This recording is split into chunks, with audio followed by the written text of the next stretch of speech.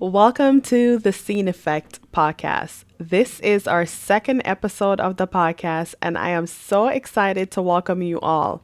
Remember, if you did not watch the trailer, go ahead and watch the trailer because that's just going to give you a lot of backstory about who I am, where I'm at today, and where I want us to go in the future. So if you did not watch the trailer, you need to watch the trailer because this is basically part two from the trailer and AKA the first episode. So, we're going to be going into why it is best for you to stay at your 9 to 5 right now and build on your business. Trust me, I want you to quit your job tomorrow, but it's not the time. Let's give it some more time. Let's build strategically so that you can safely tell them, I quit. Just those words alone just brings joy into my soul because I know that it's going to change your life, but we have to do it the right way. I did take some notes on my computer so that I can stay on track and give you all the information you need to take this next step. For me, when I started out at 725 in the medical field, I was I was in a space in my life where I was not sure of where my next steps were going to be. I felt like I was in a rat race, clocking in and clocking out every day, being so mad that I had to come back to the job the next day, but I knew that I had to do it. I don't want you to feel like that. I want you to be able to live out your dreams that you have put into place and that God has put into place for you. So starting out at 725 an hour was not ideal coming from a whole new country. It made me realize that everything that glitters is not gold. Because when I heard that I was coming to the United States, I expected so much more for myself. But to come into a cold climate, to start working immediately, getting a second job, and going to school at night was not the dream for myself. But I knew I had an end goal in mind, and that was to bring my son, Jaquan, from Jamaica here. And I knew that I had to get this done. So I buckled up, put my big girl panties on, and I went to work. I got my medical assistant license and I was able to work in the medical field for over 5 years. I was the best at my job. Whatever doctor that I was working with, they can tell you how I made their life easier when I was there because all I wanted to do was to help people. And so that turned into my passion, which turned into me working an amazing job at that time. And so doing an amazing job at that time. So I want you to understand that just working your 9 to 5 can basically help you to get to the next level. I know it might seem like there's no growth in the business or the job that you're working, but of course, there are a lot of potential when you grasp what you've been learning from that job and you use that in your business. For me, I used my bedside manners and the training that I had at my old jobs, all the jobs that I've held in the medical field. I used that to be great at customer service because once you join the beauty industry, customer service is going to make or break you. I learned how to be clean when it came on to like cleaning the tools that I use. I do lashes and brows, and it has to be a sterile space sometimes, especially when you're doing brows. The surface has to be very clean because you don't want to cause an infection in this person's open wound. Because when you're doing brows, you're breaking the skin and impigmenting that skin. So you want to have a clean surface. I learned how to sanitize a space properly from my job. So the tools that I got in the job, the training that I got from my job, I utilize that in my business for it to be successful. And so I want you to do the same thing, whether you're working in finance, whether you're working in the restaurant industry right now, it doesn't matter what industry you're working in, take what you've learned and implement it in your business because us as hairstylists or nail technicians, we do a lot of hands-on with our customers. And so whatever front facing job you're doing with customers, use those. Be the best at that right now so that can help your business. And so that's what I did when I first started out into the beauty industry. I used the customer service, I used the sanitation, I used the recording of medical records. The same way I did that in that job, I use that in my business. So, number one, the first thing you need to do is let your job fund your dream. Buy your supplies, do the training, get the certification while you're on the job, and start practicing those skills. So if you work a 9 to 5, say you go in 9 o'clock in the morning, you get off work at 5. Go and take the training after work. Take the training on the weekend. Whatever training that you need to get into the beauty industry, you need to sacrifice the time now to get those trainings out the way so you can jump into the industry if you have not done so. This is for the people who are starting out. If you haven't started the training, do it now. Take a little bit from each paycheck and put it aside so that you can pay for those trainings. I'm pretty sure a lot of them have payment plans. Set up a payment plan if you can't come up with the money right away.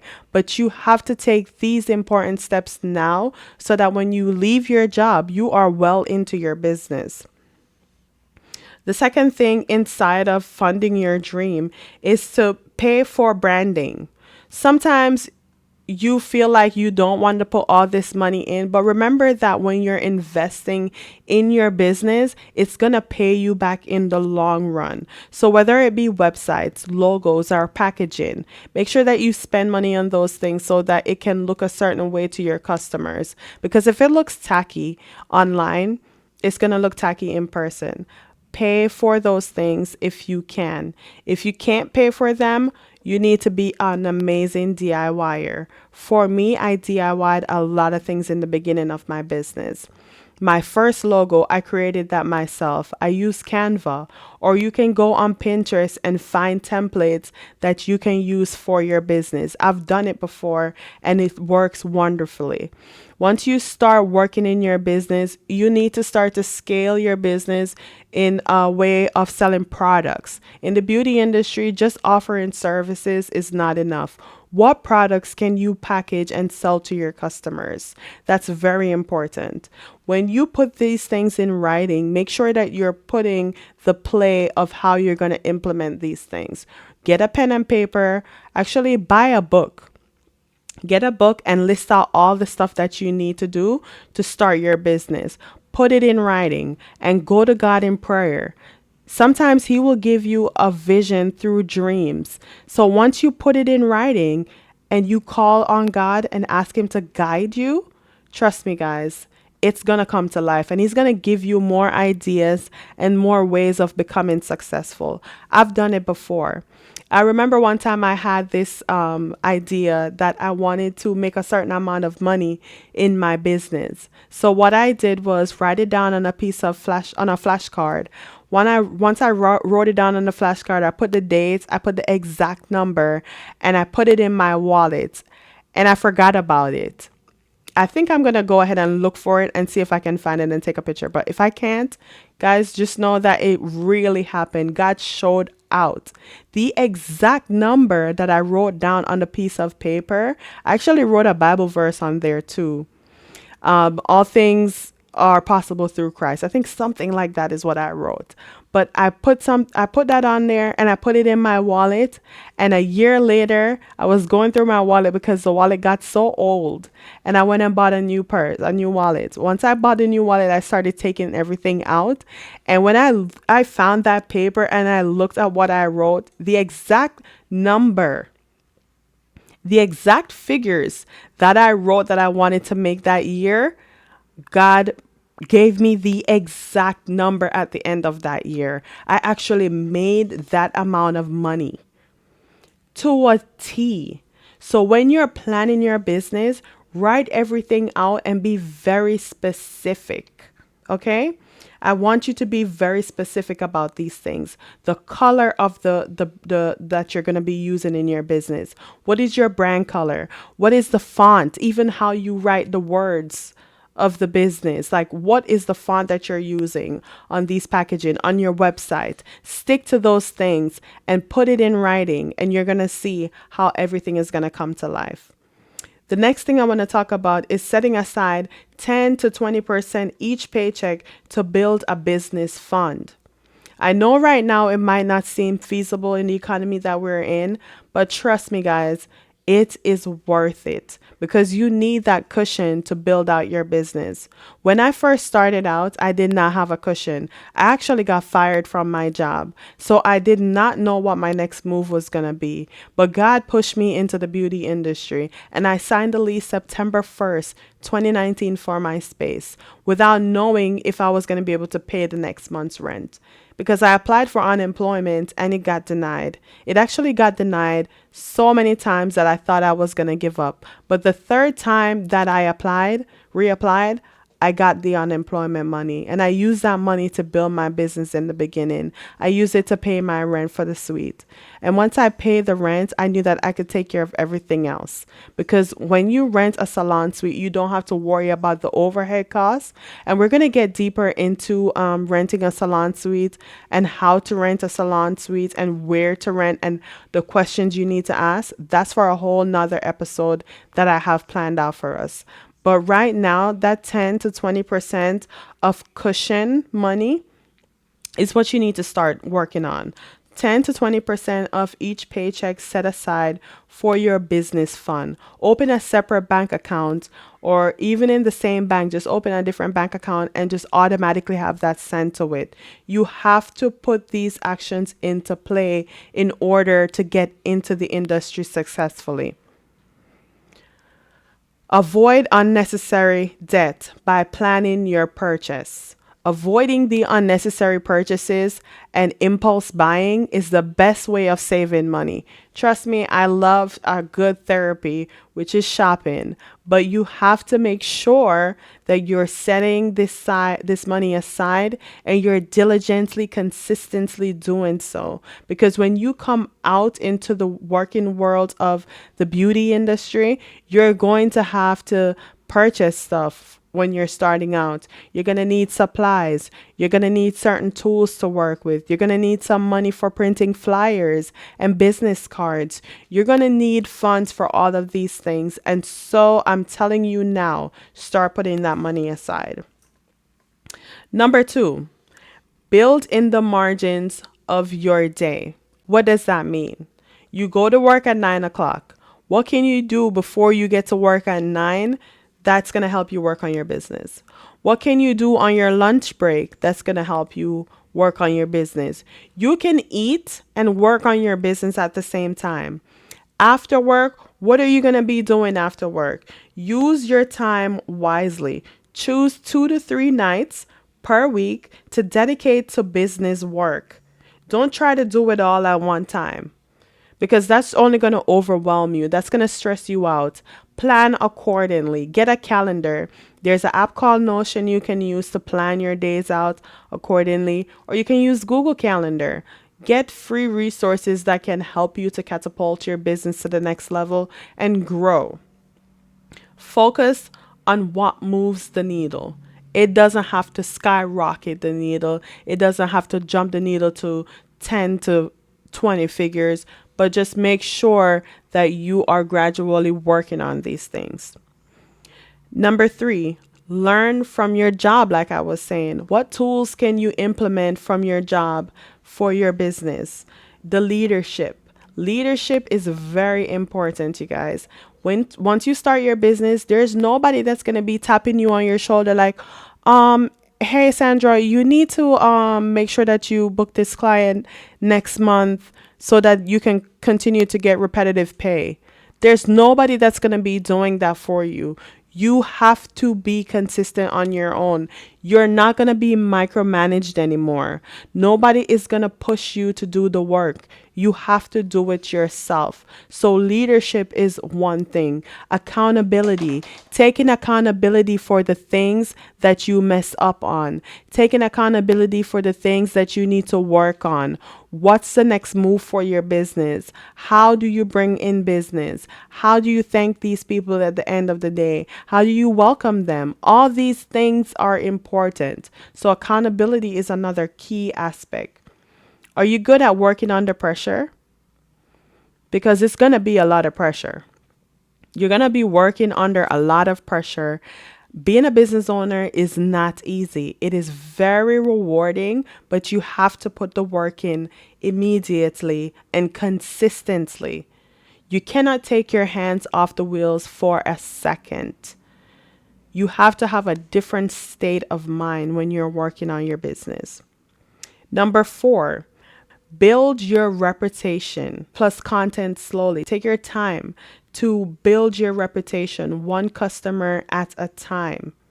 Share your story transparently. People connect with the journey. If you are working your 9 to 5 and you're slowly building out your business, when you go out to a dinner or the grocery store, talk to somebody and let them know what you're doing, because no one's going to know what you're doing unless you share what you're doing. For me, when I started out in my business, if I went to the grocery store, I had a business card with me. I saw someone with lashes on. Oh my goodness, your lashes looks amazing. Who did them? That starts the conversation, to put in the conversation that you also do lashes and you would love for them to try your workout. Constantly build your story, build your reputation. Let them trust you enough to book the first appointment. Relate to them, because if you're not relatable, they're not going to even want to take you seriously. How can this person do my lashes when they don't even wear lashes themselves? I don't know what their work look like. I'm taking out my phone to show you what my work looks like. I'm building a relationship with you to let you know that I'm just another person building a business, and I would love to make you happy at the end of the day by giving you a full lash set. So constantly keep spreading the word, constantly building your clientele. The more you build your clientele, you're going to be building that reputation as well. Once those people come in, have them leave you 5-star reviews. Always leave a review. That's what I do with my customers. Please leave me a review. Tell me how the work is and tell me what I can do better, because that's how you're going to learn. Secondly, post educational reels. Clients before and after are beauty tips. Clients love a good before and after. That gives them an idea of what the work is going to look like in the end. So if you have a social media, post your before and after. No matter how you feel like it looks stupid right now or it doesn't look great, take that out of your mind. Go ahead and start posting on your social media. I always tell people that your Instagram is your what's the word that I'm looking for? Your Instagram is your what's the word? Your Instagram basically is what shows your work. It's not your website, but it's what shows your work so people can see the work that you have done. Also, when your clients come in, what I want you to do is to educate them. Because a lot of people come in for hair and they don't know how to really take care of their hair. Why you're doing what you're doing. Why you think it's good for them to trim their hair every time they come in for a monthly service or every 3 months. Just educate them on what you're doing and why you're doing it, because that's what's going to give them an idea that you know what you're talking about. Secondly, the beauty tips. Give them little tidbits that they can use at home to help themselves. Another thing, talk about your transition and how God led you to this business. This builds trust. Because of course you're going to have a story, but how did God help you to get to the end of your story or to work through your story? You have to talk about where you're coming from so that they know that where you're going. The next thing is use scheduling tools. Now, I know when you get home from your 9 to 5, no one bothers you. You clock out and you leave and you don't hear from them people till the next day. Or if it's the Friday evening, you don't hear from them until Monday. So you got to do the same thing in your business. Implement tools that's going to help you to be hands off as much as possible.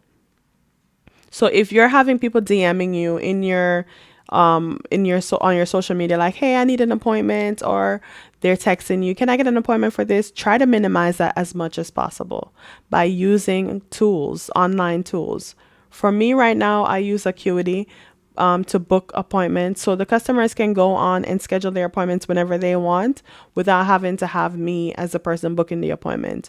There's Glass Genius. There's so many others that you can utilize, and it's not that much of a fee. I use these out in the beginning of my business because I already knew that I hate to have people messaging me while I'm home with my family. So I have these tools. I had these tools from the beginning. I just added this as a cost for doing business. And that's another video too that we're going to be talking about, what you can write off in your business and what is considered a cost for doing business. Number 5, test, refine, and grow while you're still safe. Now is the time to test new offers. Now is the time to test pricing. Now is the time to play around with marketing, because it's not going to hurt you as much. It's not going to affect your bottom line as much when you're in your 9 to 5. You have that cushion right now to do that. Another thing, learn from your mistakes without panicking. If you test one of these, say for instance, you test out a price. You start out at, for lashes, say you want to do $100 just starting out. See how many people you can book for $100 and see how well that works. If it doesn't work, you could do a sale. You don't have to panic that, oh my gosh, I'm not booking anybody. What can you do to bring in more people instead of you panicking? Remember, God does not want you to stress out. That's far from what he wants for you when he gave you this vision. He wants this to give you a peace of mind. The other thing is, create content in batches so you're not scrambling. Take a day, an evening after you get off work or on the weekend, and just use that day to create content. So all the work that you've been doing with your customers, take before and after pictures that you can use to create content on social media. Once you create those content, you won't have to worry about what I'm going to post the next day. Set a calendar for that, so that you can have an idea of how you're going to be putting that out there. If you're going to be posting every day, every other day, every 3 days, have a plan once you get a batch content. If you don't know what to post, this is one thing I tell people. If you don't have the before and after clients to post, you can use free stock images from online. I'll try to include some of those websites for you. But just always understand that the plans of the diligent lead to profit. Okay? So you got to work diligently on your business. Don't give up. Just work through the kinks and you're going to be very successful. So in this video, I did promise that I had some freebies. So the first freebie that I have for you guys is the free checklist to starting out your business. So I know sometimes you don't have a handle on what you need to do when you're starting your business out. And so I created this free plan for you that's going to basically walk you through step by step on what you need to do to have your business looking profitable, to have your business looking clean online. Because when you relay a clean outlook online and it transitions into when that person comes and sees you at your workspace, guys, it's unmatched. Like, I'm telling you, once I started to put my branding together, like packaging what I do, it just made a huge difference for my business. Honestly, it made my business look very luxury, very clean. And I want you to start out the same exact way. But also, not only just looking a certain way, but making sure that you're taking the steps to build the foundation of your business. This freebie is just for the person starting out. And even if you started out and you're still wondering what you missed in the foundation of your business, this free checklist is going to be able to help you to check that off the list. Just go ahead. Description is it's in my description below. Just click on the link and you can get that free checklist. It's going to make a world of difference for you guys. So if there Is any questions or comments you would like to leave?